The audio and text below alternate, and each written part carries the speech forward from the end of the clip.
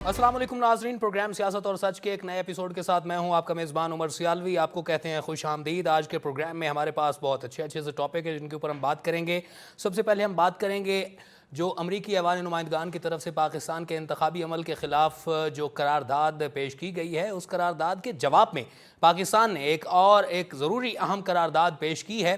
शाइस्ता परवेज़ साहिबा की तरफ से ये करारदाद ऐवान में पेश की गई जो कि मंजूर कर ली गई। तहम इस करारदाद के दौरान सुन्नी इत्तेहाद कौंसिल के जो बुनियादी तौर पर पाकिस्तान तहरीक इंसाफ के अरकान असम्बली थे, उनकी जानिब से बड़ा वावेला किया गया, उनकी जानिब से बड़ा शोर शराबा किया गया। करारदाद की कॉपियाँ फाड़ कर तो उन्होंने ये कॉपियाँ फ़िज़ा में उड़ाईं और इवन अकील मलिक जब इसके ऊपर इज़हार ख्याल कर रहे थे तो उस वक्त उन कॉपियों को उन्होंने उनके सर के ऊपर भी फेंक दिया और बड़ा शोर शराबा किया गया। उनको तासुर ये मिला कि उनको इस करारदाद के पेश करने की बड़ी मुखालफत थी और उनको बड़ी तकलीफ़ हुई है कि यह करारदाद अमेरिका की करारदाद के जवाब में क्यों पेश की गई है।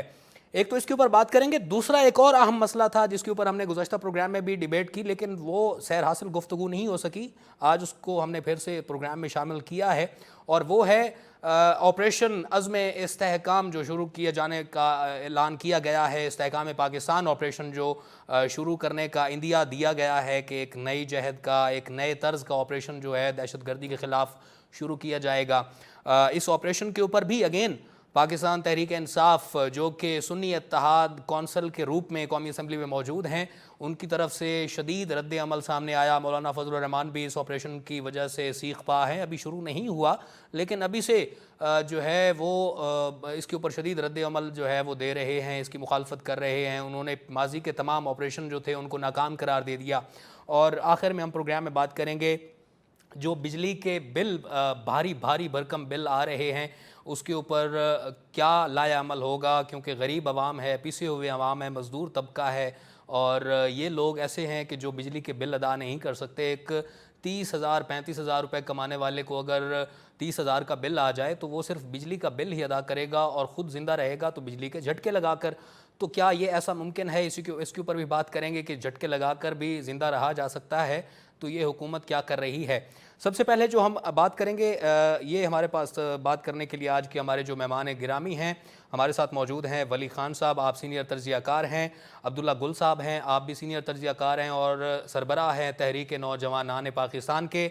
अनवर रज़ा साहब हैं, आप सीनियर सहाफ़ी हैं, सीनियर तर्जियाकार हैं और एक बड़ा अरसा आपने जो है वो गुजारा है इस सियासी जो सहाफ़त है उसमें भी, और उसके बाद प्रेस क्लब में भी बड़े एक अहम ओहदे पर ये फ़ाइज़ रहे हैं।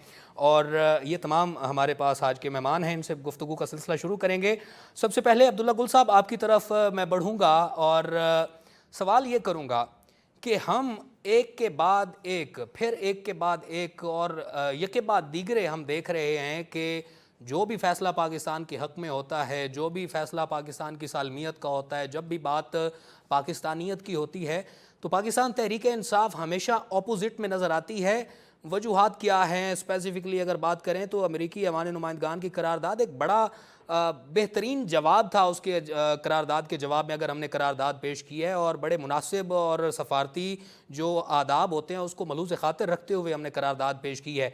और इसमें अगर हम देखें, ख़ान साहब ने सिर्फ़ और सिर्फ एक सहाफ़ी को एब्सोल्युटली नॉट कहा था, तो इन्होंने तो पूरा पूरा अमेरिका की करारदाद को चैलेंज कर दिया। बिस्मिल्लाहिर्रहमानिर्रहीम, बहुत शुक्रिया आपका। देखिए, पहली बात यह है कि अगर करारदाद आप ज़ाहिर है उसकी तब मुखालफत नहीं करेंगे जब करारदाद में आपके मकासद अगर जो है वो मजरूह हो रहे हैं। तो आपके मकासद बुरी तरीके से मजरूह हो रहे हैं और करारदाद तो आपकी ख्वाहिश के ऊपर अमेरिका में आई। अमेरिका के अंदर लॉबिस्ट आपने हायर किए, आपने बाकायदा उन सेनेटर, उन कांग्रेसमैन की खिदमत हासिल की, वही लोग जो गजा में मुसलमानों का कत्लेआम में उनके खून रंग से हाथ रंगे में हैं। और वो बाकायदा कोई इसमें कोई ब्रेड शर्मन वगैरह कोई ऐसे नाम तो नहीं है जिनको लोगों को पता ना हो, ज़ल्मे खलीलज़ाद ये वो, ठीक है, ये वो सारे इन्फ्लुएंसर्स होते हैं, लेकिन करारदाद तो जो है वो बड़ी आप वाज़ेह है कि वो क्यों आई, क्यों कर आई, किस लिए आई, इसलिए पहली बात तो इसको समझना ज़रूरी है। दूसरी बात ये है कि करारदाद के मकासद जो थे, क्या वो मुल्क और कौम की सालमियत के थे, पाकिस्तानी कौम की तर्जुमानी कर रहे थे, या पाकिस्तान के जो तर्जुमानी के बजाय पाकिस्तानी कौम का जो है वो उसके मनाफ़ी कोई किरदार अदा कर रहे थे। अगर तो पाकिस्तानी कौम की तर्जुमानी कर रहे थे, तो फिर क्या वजह है कि उस करारदाद की मुखालफत की गई जो कि गैर मुल्क के हवाले से की गई। अब जिस गैर मुल्क ने ये अमेरिका ने कहा गया, बहुत सारे लोग ये कह रहे हैं कि जी नौकर की ते नखरा की, बहुत सारी बातें हैं। देखिए पहली बात ये है कि पाकिस्तान में ये वही मुल्क है जिसमें general Ashfaq Parvez Kayani chief of army staff थे। जब हमने नेटो की सप्लाई लाइन रोक दी थी, उस पे बड़ा वाह-वाह हुआ था और हमने एक बड़ा मजबूत किरदार दिखाया था।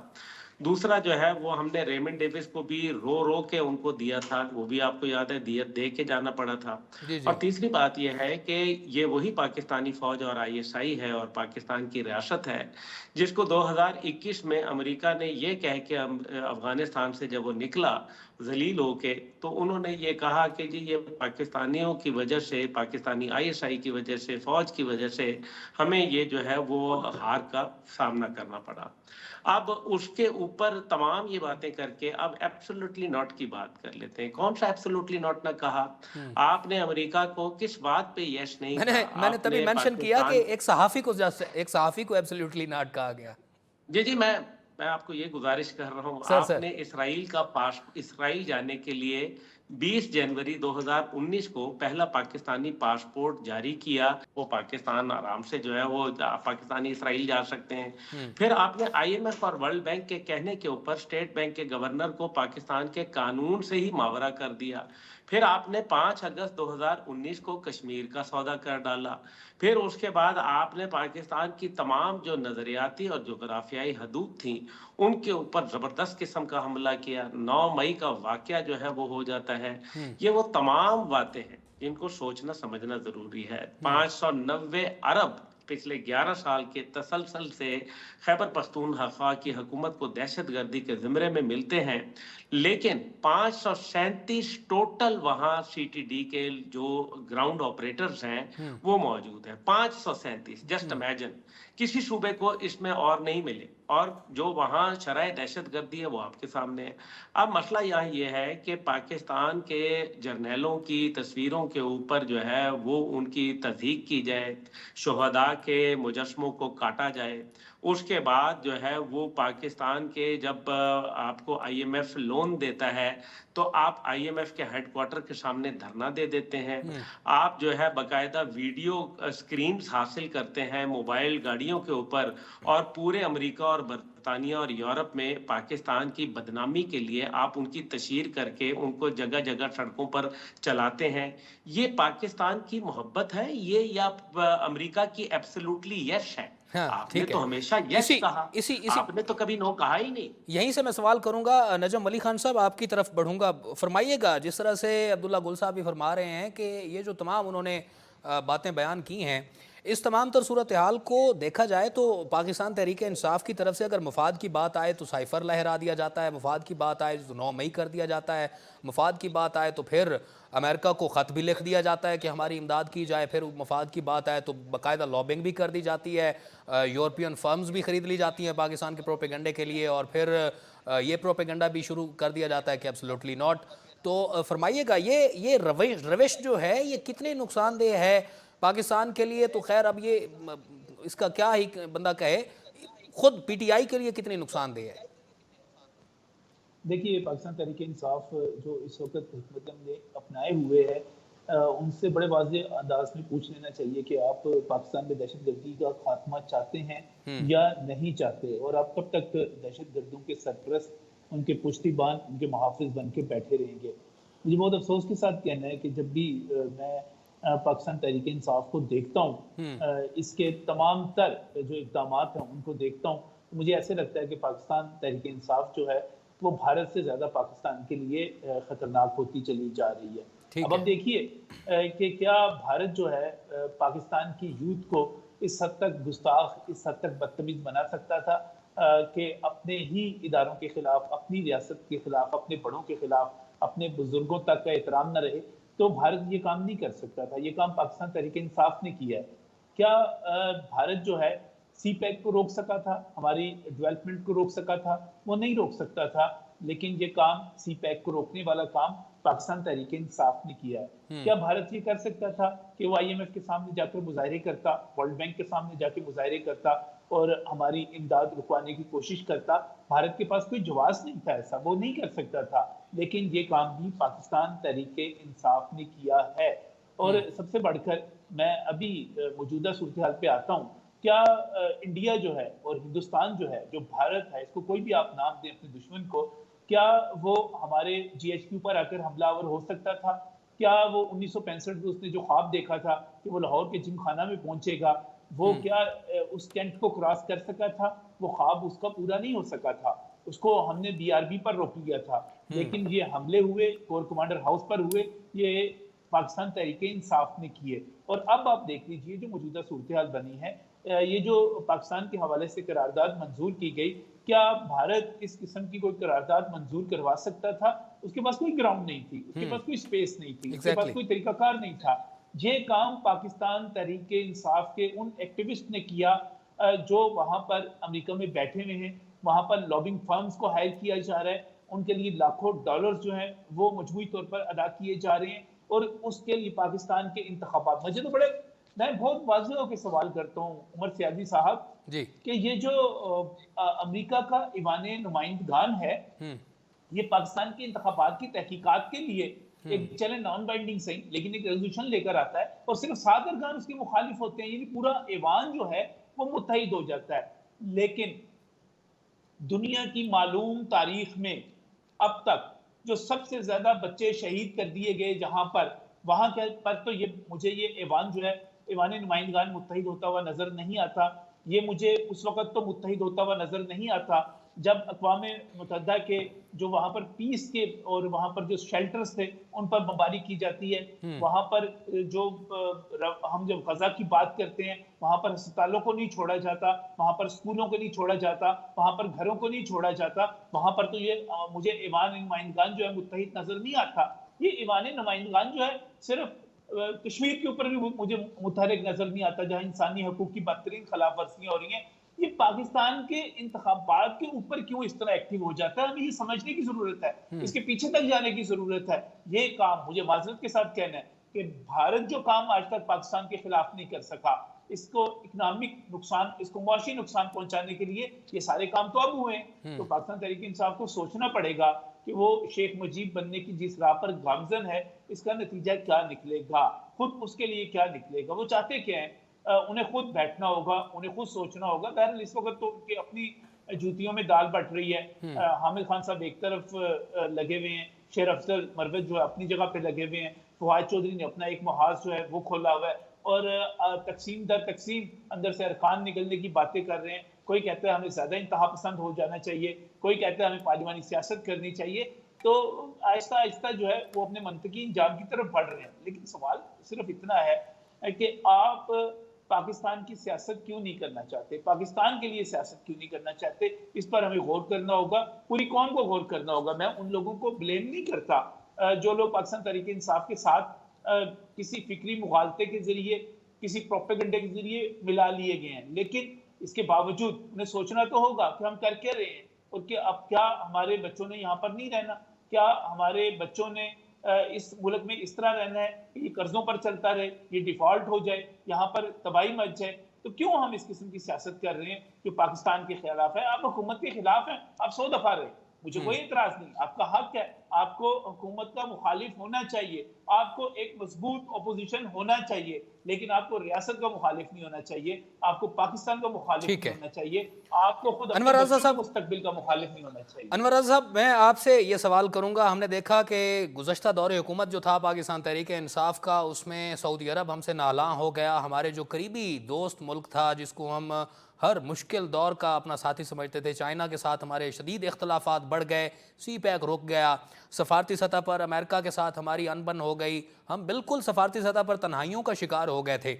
अब ऐसे तनाजुर में जब सफारती ताल्लुकात सऊदीया के साथ बहाल हुए, यूएई के साथ बहाल हुए, चाइना के साथ एक मरतबा फिर से जो है वो शराकतदारी हमारी कायम हो गई है और वो एक बड़ी इन्वेस्टमेंट की सूरत में मुतवक्के तौर पर आने जा रही है, ऐसे सतह पर अमेरिका के साथ ये जो करारदाद का एक सामने आया है, यकीनन अमेरिका तो है ही, वो क्या कहते हैं उसको, उसने पट्टी बांधी हुई है एक आंखों के ऊपर जहां पर उसको नज़र नहीं आ रहा, मिडल ईस्ट की सिचुएशन नज़र नहीं आ रही है उसको, कश्मीर की सूरत हाल उसको नज़र नहीं आ रही है, लेकिन पाकिस्तान में वो कूद पड़ा है एक मरतबा। और ये कितनी एक अहमियत की हामिल थी ये करारदाद इन सफारती ताल्लुकात को और फॉरेन पॉलिसी को देखते हुए कि हमने हुदूद व क़यूद में रहकर अमेरिका को शटअप कॉल भी दे दी है। बहुत शुक्रिया उमर। पहली बात तो ये है कि आप इस हल्कों ने 2018 में एक क्रिटिकल एक्सपेरिमेंट किया, वो एक्सपेरिमेंट कामयाब नहीं हुआ, इसके नतीजे काम बढ़ता चला गया। अब 2024 के आम इंतखाबात पर आ जाइए कि वो जो एक्सपेरिमेंट था उसके आफ्टर इफेक्ट्स अब तक आपको पॉलिटिकल में नजर आ रहे हैं। आप देखिए 9 का जो वाक़या है वो बहुत बड़ा वाक़या है, फौज उसको बगावत समझती है। मैं यहाँ पर यह भी समझता हूँ कि अगर फौज उसे बगावत समझती है और 9 मई के वाक़यात से उनके पास कोई एविडेंस है, तो फिर जो 9 मई में मुलविस अफराद हैं, वो पॉलिटिकल है, गैर पॉलिटिकल अनासिर हैं, उनको अब तक सज़ा हो जानी चाहिए थी। उसमें लीनियंटपन जो नजर आता और जो एविडेंस अभी तक पेश नहीं किए गए अदालतों में, उसकी वजह से पाकिस्तान तहरीक-ए-इंसाफ का हुकूमत और रियासत मुखालिफ जो बयानिया है वो तकवीत पकड़ता जा रहा है कि हम मजलूम हैं, और वो तकवीत इसलिए पकड़ा एस्टेब्लिशमेंट की कमजोरी है, हुकूमत की अहली है कि अब तक 9 मई के वाक़यात में अदालतों में केस उस तरह नहीं तेजी से ट्रायल हो रहे जिस तरह होने।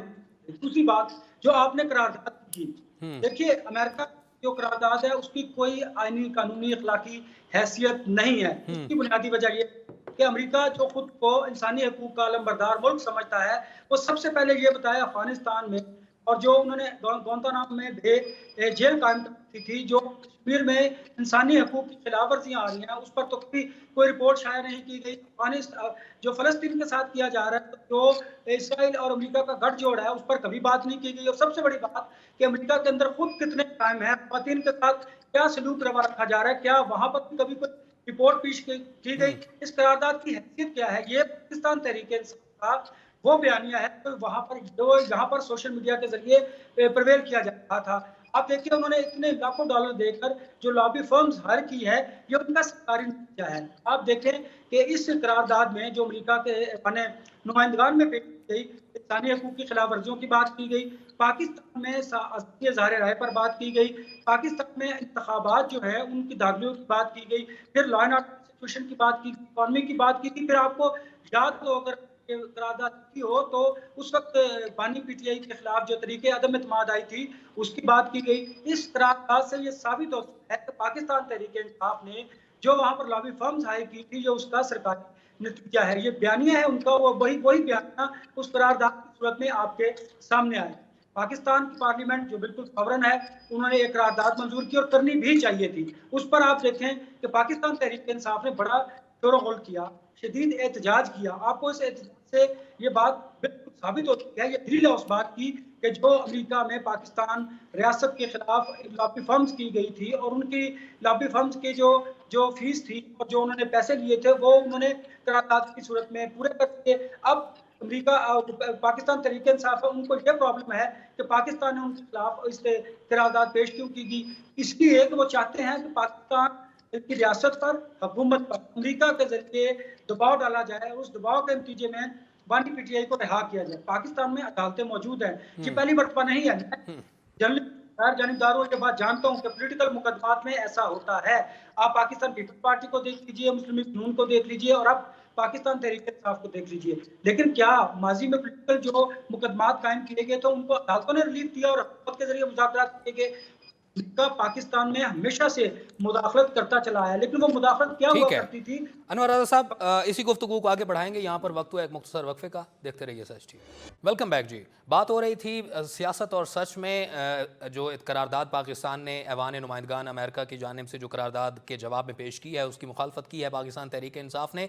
अब ये सिर्फ करारदाद की मुखालफत नहीं की गई है, एक बड़ा फैसला किया गया है पाकिस्तान में अमन व अमान की सूरत हाल को बरकरार रखने के लिए, क्योंकि बड़े तहफ़्फ़ुज़ात हैं अमन व अमान की सूरत हाल के ऊपर। मईशत तब तक मजबूत नहीं होगी जब तक पाकिस्तान में अमन कायम नहीं होगा। मईशत उस वक्त मजबूत होगी जब बैरूनी सरमायाकारी आएगी, और बैरूनी सरमायाकारी उस वक्त आएगी जब अमन व अमान के हवाले से तमाम जो तहफ़्फ़ुज़ात हैं वो दूर होंगे।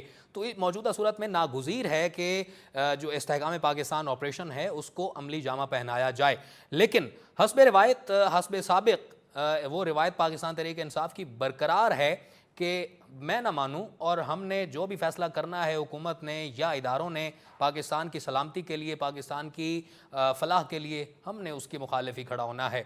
अब्दुल्ला गुल साहब, ये मैं सवाल ज़िमनी सवाल भी करूँगा आपसे, जो अनवर रज़ा साहब ने फरमाया कि ये आखिर 9 मई के वाक़यात में क्यों सज़ा नहीं दी जा रही? अभी तक एविडेंस मौजूद हैं, उसकी तमाम तर जो प्रोसीजर्स हैं वो मुकम्मल हो चुके हैं, सज़ा क्यों नहीं दी जा रही? क्या ये सज़ा इस वक्त, मुझे अहमद शरीफ साहब जो DGISPR हैं उनकी प्रेस कॉन्फ्रेंस में वो बड़ा उनका एक अहम बयान था, वो मुझे याद आ रहा है। उन्होंने कहा था कि हमारी तरफ से तमाम इन्वेस्टिगेशन पूरी है, हमारी तरफ से तमाम जो अमल है वो मुकम्मल कर लिया गया है, अब हुकूमत का इंतज़ार कर रहे हैं कि वो कब सज़ा देते हैं। तो क्या हुकूमत इंतज़ार कर रही थी कि वो कोई बीच का रास्ता निकल सके, या हम पाकिस्तान तहरीक इंसाफ के साथ एक गोल मेज़ कॉन्फ्रेंस कर सकें ताकि बैठकर मामलात को हल करें?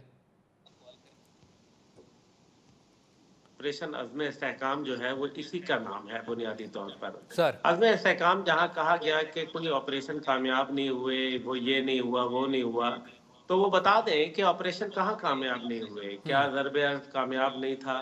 क्या जो है खैबर 1 खैबर 2 कामयाब नहीं था? क्या राहे निजात जो है वो कामयाब नहीं था? रद्दुल फसाद कामयाब नहीं था? सब कामयाब थे।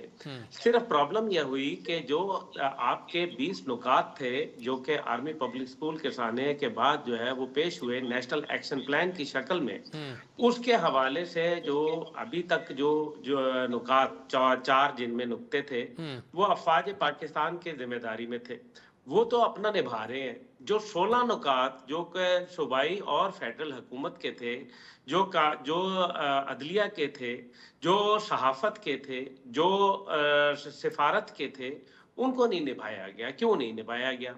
उसके नतीजे में एक नेक्टा जो है वो बनाई गई। लेकिन असल बात यह है कि क्या हमारी नेशनल काउंटर टेररिज्म जो पॉलिसी है वो कोई मौजूद है?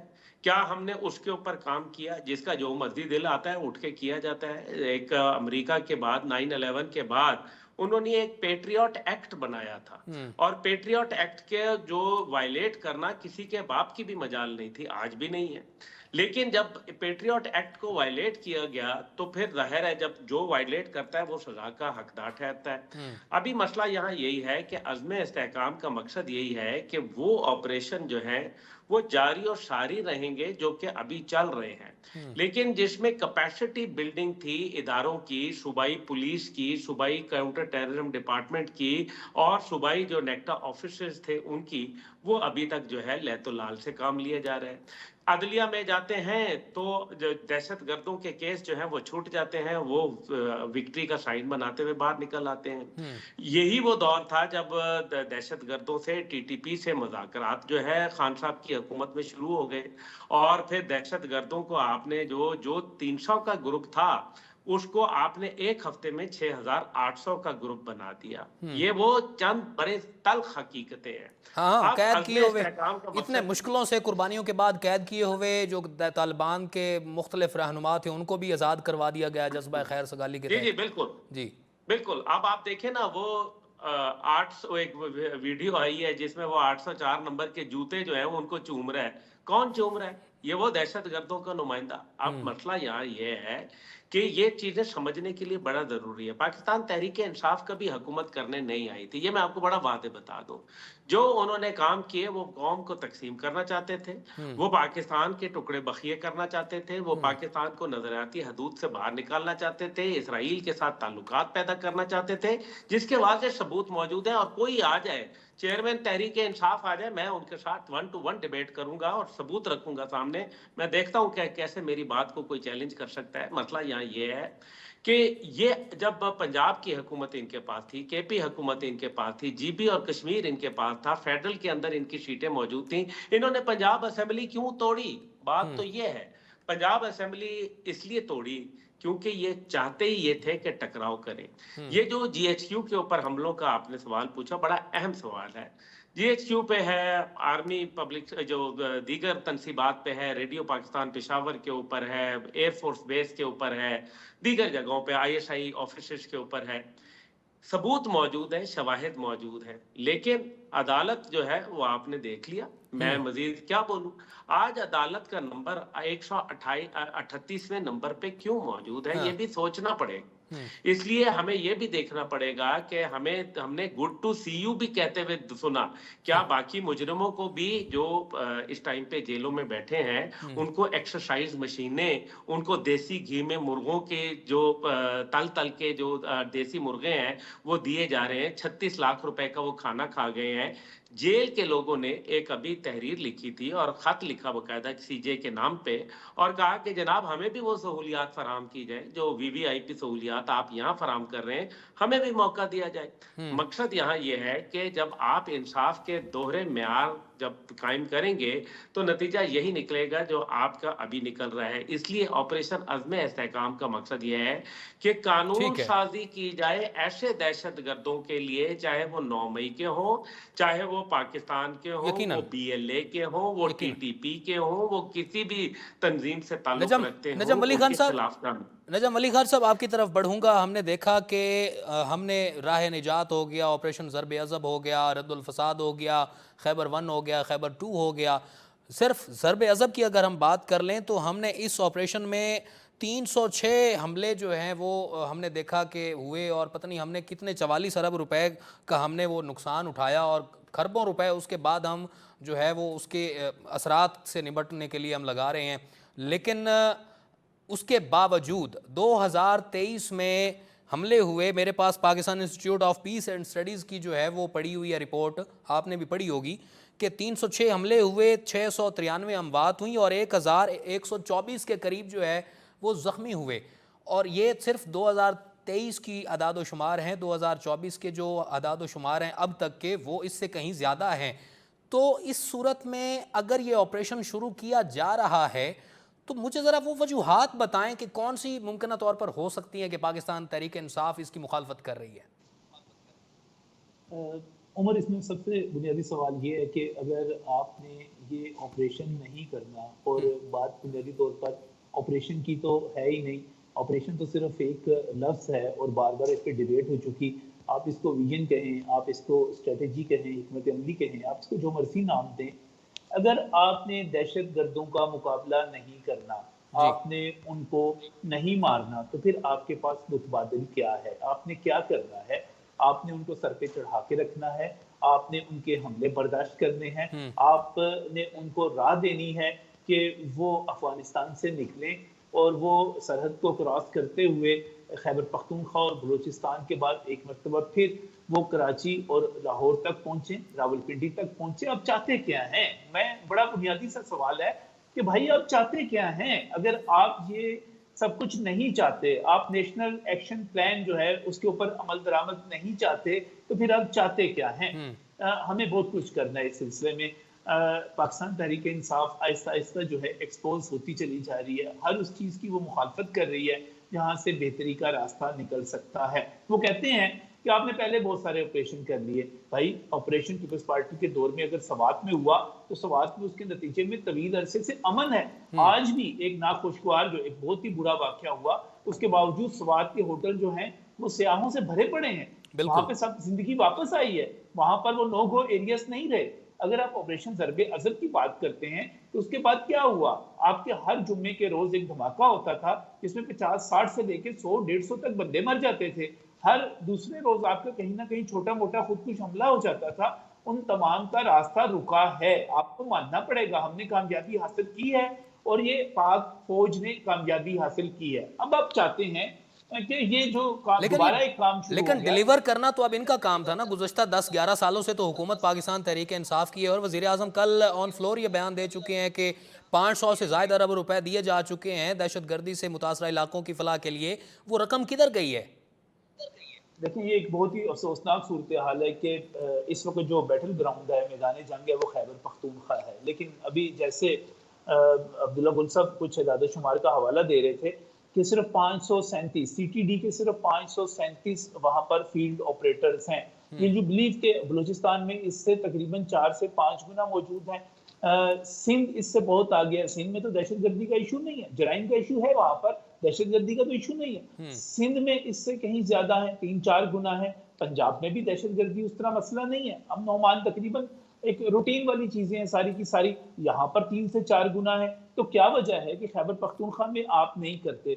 हम अदालतों में जो मुकदमात हैं उनकी तरफ जाते हैं, वहां पर बहुत ज्यादा है, वहां पर हमें फैसले होते हुए दिखाई नहीं देते। खैबर पख्तूनख्वा की हुकूमत पिछले 10 से 15 सालों में जो कुछ वहां पर हो रहा है वो जवाब तो देना पड़ेगा आपको। बिल्कुल। आज आप किसी बुनियादी बयानिए की बुनियाद पर, आप किसी नारे की बुनियाद पर, आप किसी तअस्सुब की बुनियाद पर, और ये सबसे आखिरी जो मैं लफ्ज़ इस्तेमाल कर रहा हूँ बहुत सोच समझ के इस्तेमाल कर रहा हूँ, आप वहां पर लैंडस्लाइड विक्ट्री हासिल कर भी लेते हैं, लेकिन आपको जवाब तो देना पड़ेगा कि वहां पे आपने मुआशी बहाली के लिए क्या किया। इसी के ऊपर हम बात करेंगे और अगला क्वेश्चन हम करेंगे अनवर रजा साहब से, लेकिन एक ब्रेक के बाद आप हमारे साथ रहिए। Welcome back. अच्छा अनवर रजा साहब, जिस तरह से अभी नजम अली खान साहब भी फरमा रहे थे, अब अगर हम बात करें वहाँ की जो कम्युनिटी है, हमारे जो साउथ एरियाज़ हैं, जो हमारे बॉर्डर एरियाज़ हैं अफ़गानिस्तान से मुल्का खैबर पख्तूनख्वा के और बलूचिस्तान के, तो वहाँ की आवाम ये मुतालबा कर रही है कि उन्हें दहशतगर्दों से निजात दिलवाई जाए। उसका सबूत ये है कि गुज़श्ता रोज़ लंडी कोतल में वहाँ की सहाफ़ती बरादरी, वहाँ की ताजर बरादरी, वहाँ के मशरान ने एक बड़ा एहतजाज किया है इस हक़ में कि दहशतगर्दों के ख़िलाफ़ और शिद्दत पसंदों के ख़िलाफ़, मिलिटेंट्स के ख़िलाफ़ ऑपरेशन करके उनको निजात दिलाई जाए, उनके इलाके में अमन कायम किया जाए। वहाँ पर ख्वाजा आसिफ भी गुज़श्ता रोज़ ये बयान दे चुके हैं कि ये हो ही नहीं सकता कि जिन सियासतदानों का वहाँ पर वोट बैंक है उन सियासतदानों से मुशावरत हमने नहीं की। और उन्होंने ये भी इंदिया दिया है कि आइंदा भी अगर इसमें गुंजाइश है, और गुंजाइश है यकीनन, तो हम आइंदा भी उनके साथ बातचीत करके उनको एतमाद में लेकर इस ऑपरेशन को जो है या इस कार्रवाई को या इस अमल को कंडक्ट करेंगे। आप क्या फरमाएंगे? देखिए, मैं समझता हूँ कि इस्तेहकाम ऑपरेशन की बजाय इसका नाम इस्तेहकाम पाकिस्तान होना चाहिए था। यकीनन इस्तेहकाम पाकिस्तान ही है। नहीं, उसमें इस्तेहकाम ऑपरेशन है। मेरा ख्याल है ऑपरेशन लफ्ज़ नहीं इस्तेमाल करना चाहिए था। शायद इसी वजह से लोगों में ये रिजाइनमेंट भी पाई जाती है। आप ज़रा समझिए कि बलूचिस्तान में रिसेंटली मैंने विजिट भी किया, केपीके में भी किया। वहाँ पर जो हालात है उसको ज़रा समझिए कि पाकिस्तान को डिस्टेबलाइज करने के लिए हमारी जो बलूचिस्तान की यूथ है उस पर बिलियन ऑफ डॉलर जो है वो स्पेंड किए जा रहे हैं। और रॉ जो है वो कभी यूएई, कभी फ्रांस और कभी किसी और मुल्क के जरिए एक्सचेंज प्रोग्राम के जरिए हमारी यूथ जो है उसको डेलिब्रेटली जानबूझकर एक मंसूबे के जरिए फौज और आवाम को सामने लाने के लिए, यूथ और फौज को सामने लाने के लिए हमारे यहाँ बड़ी इन्वेस्टमेंट की जा रही है पाकिस्तान को डिस्टेबलाइज करने के लिए। अनफॉर्चुनेटली हमारे यहाँ जो लोकल हमारे लोग हैं वो भी इसका हिस्सा हैं। एक तो बात ये है। दूसरी बात, अब जून तक जो ऑपरेशन जो पाकिस्तान के सिक्योरिटी इदारे हैं उनका बहुत ज़्यादा नुकसान हुआ है, बहुत ज़्यादा उन्होंने ऑपरेशन भी किए हैं, ये भी समझने की ज़रूरत है। तीसरी बात यह है कि अगर आपने पाकिस्तान में सियासी इस्तेहकाम लाना है तो उसके लिए आपको माशी इस्तेहकाम भी ज़रूरी है, और माशी इस्तेहकाम के लिए आपको सिक्योरिटी बहुत ज़रूरी है। जब तक आपके यहाँ सिक्योरिटी नहीं होगी, इस्तेहकाम नहीं होगा, लॉ एंड ऑर्डर की सूरत बेहतर नहीं होगी, तो कोई भी फॉरेन इन्वेस्टर पाकिस्तान में पैसे इन्वेस्ट नहीं करेगा। दूसरी बड़ी इंपॉर्टेंट बात यह है कि पाकिस्तान के जो लोकल लोग हैं, इन्वेस्टर्स हैं, वो भी अपना पैसा बाहर लेके जा रहे हैं। किस बुनियाद पर? कि पाकिस्तान में लॉ एंड ऑर्डर की सूरत बेहतर नहीं है। इसलिए हमें इस हकीकत को जांच कर एक काम ये करना चाहिए जो पॉलिटिकल गवर्नमेंट का है। फौज का काम है कि ऑपरेशन करना, दहशतगर्दों को का कलाकमा करना, वो अपना काम बड़ा बखूबी कर रही है। अब पॉलिटिकल गवर्नमेंट को क्या होना चाहिए था कि फौज के इस ऑपरेशन को बकअप करते, उसकी हिमायत करते, उसे एक ताकत प्रोवाइड करते सियासी। उनका काम था यहाँ कि पर वाज़ह आप करें ना, वाज़ह करें कि पाकिस्तान तहरीक इंसाफ को ये चाहिए था या सुन्नी इत्तेहाद कौंसिल को ये चाहिए था। मुखालफत तो सबसे ज़्यादा वही कर रहे हैं ना, सबसे बड़े स्टेक होल्डर तो वही हैं जो मुखालफत में आ रहे हैं कि ये हम इस ऑपरेशन की मुखालफत करते हैं और इसके खदोखाल ठीक नहीं है। मुख्तलिफ एतराज़ात उन्होंने उठाए हैं। तो इधर से तो ये बात की जा रही है कि हम ये एतराज़ात दूर करने के लिए तैयार हैं, हम बैठने के लिए तैयार हैं, लेकिन पाकिस्तान तहरीक इंसाफ है या मौलाना फजलुर रहमान है तो वो कह रहे हैं कि जी नहीं, हमने तो बैठना ही नहीं है। मतलब वो बिल्कुल ही इनकारी हैं। तो सबसे पहले मतलब इस सोच के खिलाफ ऑपरेशन की ज़रूरत है। उमर, उनका उनका मामला ये नहीं है जो आप बात कर रहे हैं, ये पॉलिटिकल बात है और ये सियासी डायलॉग के जरिए किया जा सकता है। अब आप देखिए कि मौलाना फजल रहमान साहब और बानी पीटीआई को इस ऑपरेशन से मसला नहीं है, उन्हें मसला एस्टेब्लिशमेंट से है, उन्हें उस ताकतवर हलकों से मसला है, वो उनसे मुज़ाकरात चाहते हैं। पीटीआई भी यही चाहती है और जेश भाई भी यही चाहती है। लिहाजा इस पॉलिटिकल गवर्नमेंट को क्या चाहिए, उन्हें चाहिए कि आप इन कैमरा पार्लियामेंट का इन कैमरा इजलास बुलाइए, उसमें तमाम अपोजिशन की जो जमातें हैं, मौलाना फजल रहमान साहब है, बानी लेकिन पीटीआई की अनवर रजा जमात है, साहब, अगर वो ये सबको डिमांड कर रहे हैं, अगर ये डिमांड कर रहे हैं कि वो स्टैब्लिशमेंट उनके साथ आकर मुज़ाकरात करे, तो ये मुतालबा कोई जायज़ नहीं लग रहा। उसकी वजह ये है कि एक तरफ वो मुतालबा कर रहे हैं कि इस्टेब्लिशमेंट की जो उनकी इंटरप्शन है, पॉलिटिकल जो जितने भी एक्शंस हैं वो नहीं होनी चाहिए, उसको ब्रीच नहीं होना चाहिए, फुल स्टॉप लगना चाहिए। ऊपर से फिर वो खुद उनको दावत दे रहे हैं कि हमें मुज़ाकरात का मौका दिया जाए। तो ये सोच भी तो ठीक नहीं है। मुज़ाकरात तो गवर्नमेंट के साथ होने चाहिए। देखिए जो पॉलिटिकल पॉलिटिकल फोर्सेस होती हैं वो मौके की तलाश में होती हैं। पाकिस्तान तहरीक इंसाफ और जेयूआईफे, उन्हें ये अपॉर्चुनिटी मिली है इस ऑपरेशन के जरिए कि वो एस्टेब्लिशमेंट से बात का मुज़ाकरा का रास्ता इख्तियार कर सके। अब बात मैं आपको ये समझाने की कोशिश कर रहा हूँ कि पॉलिटिकल गवर्नमेंट, उसका ये काम है कि इन कैमरा इजलास बुलाएं जिसमें तमाम पॉलिटिकल पार्टीज को अस्कर क़यादत को मदऊ करे, वो वहां पर ऑपरेशन से मुताल्लिक एक ब्रीफिंग दे। इससे फायदा क्या होगा कि तमाम पॉलिटिकल पार्टी जो इसकी मुखालफत कर रही हैं, जेयूआईफे और पीटीआई, उनको वो फिर मुखालफत नहीं करेंगी। अगर करेंगी तो उनके पास कोई अखलाकी जवाब नहीं होगा, और अगर करेंगी तो फिर जो हमारी सियासी गवर्नमेंट है, जो इस वक्त हुकूमत है, फिर उनका काम है वो मीडिया पर आकर बताएं कि उनको तमाम इन कैमरा ब्रीफिंग दी गई है, इसके बावजूद वो इसको पोलिटिसाइज कर रहे हैं इस ठीक ऑपरेशन है, को। इससे फायदा ये होगा। ठीक दूसरी है। बात ये है कि ऑपरेशन क्यों कर जरूरी है। बलोचिस्तान और केपीके में इस वक्त जो हालात हैं, शायद आपको मुझे यहाँ पर बैठकर वो मालूम ना हो, क्योंकि मैंने दोनों जगहों को विजिट किया है, इसलिए मुझे पता है कि पाकिस्तान के इस्तेहकाम के लिए इस वक्त दहशतगर्दी का कला कमा करना बहुत जरूरी बहुत है। ज़रूरी है। जून तक अब्दुल्ला गुल साहब, वाक़यात हो चुके हैं, अब्दुल्ला गुल साहब, इमेजिन नहीं कर सकते। अब्दुल्ला गुल साहब आपकी तरफ पढ़ूंगा। आप फरमाइएगा कि ऑपरेशन तो यकीनन ज़रूरी है क्योंकि हमने सरमायाकारी भी लेकर आनी है, तो चाइना का भी जोर है इसके ऊपर कि कुछ तहफ़्फ़ुज़ात उन्होंने भी दिए हैं। तो ऐसे हालात में अगर जो भी पॉलिटिकल सिनेरियो बनता है उसके लिए अगर एपीसी बुलाई जाती है तो उसमें कितने मुमकिनात हैं कि तमाम जमातें जो हैं उनके तहफ़्फ़ुज़ात दूर करके तो मुत्तफ़िक़ा तौर पर ये फ़ैसला लिया जा सके और इसके तमाम खदोखाल भी तय किए जाएँ। देखिए, तहफ़्फ़ुज़ात अगर आपके ज़ाती हों तो और बात है। अगर आपके तहफ़्फ़ुज़ात इसराइल, भारत और अमेरिका की तर्जुमानी कर रहे हों, हाँ, तो उनका कोई हल नहीं कोई है। हल नहीं अभी यकीनन। ये अमेरिका के खिलाफ एक करारदाद आई, जो कि मेरे ख़्याल में हर पाकिस्तानी को इस पे फ़ख्र करना चाहिए कि जो पाकिस्तान को कमज़ोर बोलते थे, चलो कम से कम पाकिस्तान ने कोई छोटी-मोटी कोशिश तो की है यार। अभी इन कैमरा इजलास बुला के आप सवाए इसके कि वो कॉपियां फाड़ के आप सर्विंग जर्नैलों के सरों के ऊपर फेंकेंगे, आप वहां उनकी तजलील करेंगे। आप इसका मकसद ही यही है कि हम किसी सूरत जो है वो 9 मई को एक नया रंग दें और हम जो है वो पार्लियामान की छतरी के तले होते हुए हम पार्लियामान के अंदर वो तूफान बदतमीजी मचाएं। इन कैमरे का मतलब ये नहीं है कि वो ठीक है वो टीवी पे नहीं दिखाया जाएगा, लेकिन जो बदतमीजी की स्टोरियां हैं वो क्या बाहर नहीं आएंगी? क्या वो बिल्कुल। पता नहीं चलेगा कि आपने वहां क्या क्या हरकतें की हैं और वो किस किस किस्म की? ये वही तंजीम है जिसने हमारे कोर कमांडर की जो पतलून थी उसको कोर कमांडर हाउस के सामने जो है वो लटका दिया था और बड़े उस पर फखरी अंदाज के अंदर जो है पेश थे। क्या पीटीआई की क्यादत ने इस बात के ऊपर इजहार अफसोस किया? क्या पीटीआई ने इसको कंडेम किया? क्या उस शख्स की जिस बदबख्त ने ये काम किया, अफवाज पाकिस्तान की वर्दी की तजलील की, क्या उसको पार्टी से निकाला? नहीं निकाला ना। इसका मतलब है कि इनका एजेंडा फर्क है। मैं यही गुजारिश कर रहा हूं, आप इसको समझें। ये इन कैमरा वगैरह ये उस सूरत में हो सकता है जहां वाकई तहफात हो। पीटीआई बच्ची है, उसको नहीं मालूम कि वो जो है वो उसको मासूम है, कि वो उसको पता नहीं है कि इसके दहशतगर्दी की ये जंग क्यों लड़ी जा रही है, कितने लोग शहीद हो गए। ये भी तो डर है ना कि जनवरी अगर 2024 से पॉलिटिकली भी तो डर है ना कि अगर ये लोग इस तरह से कामयाब हो गए, ऑपरेशन होने के बाद कामयाब हो गए अमन अमान कायम करने में, तो उनके लिए मसाइल बन के जाएंगे, उनका पॉलिटिकल कैरियर खत्म हो चीन जाएगा, का उनको सीट नहीं देखें, मिलेगी। अब्दुल रज़ाक दाऊद वही आदमी था ना वाइंड जिसने अप। आते ही सी पैक को बंद किया था। ठीक है यकीनन। बहुत शुक्रिया अब्दुल्ला गुल साहब, नजम वली खान साहब आपका, और अनवर रज़ा साहब आपका बहुत शुक्रिया, आपने कीमती वक्त दिया। नाजरीन, फिल वक्त के लिए इतना ही। आपसे प्रोग्राम सच और सियासत में कल इसी वक्त मुलाकात होगी। तब तक के लिए अपने मेज़बान उमर सियालवी को इजाज़त दीजिए। अल्लाह हामी नासिर, पाकिस्तान पाइंदाबाद।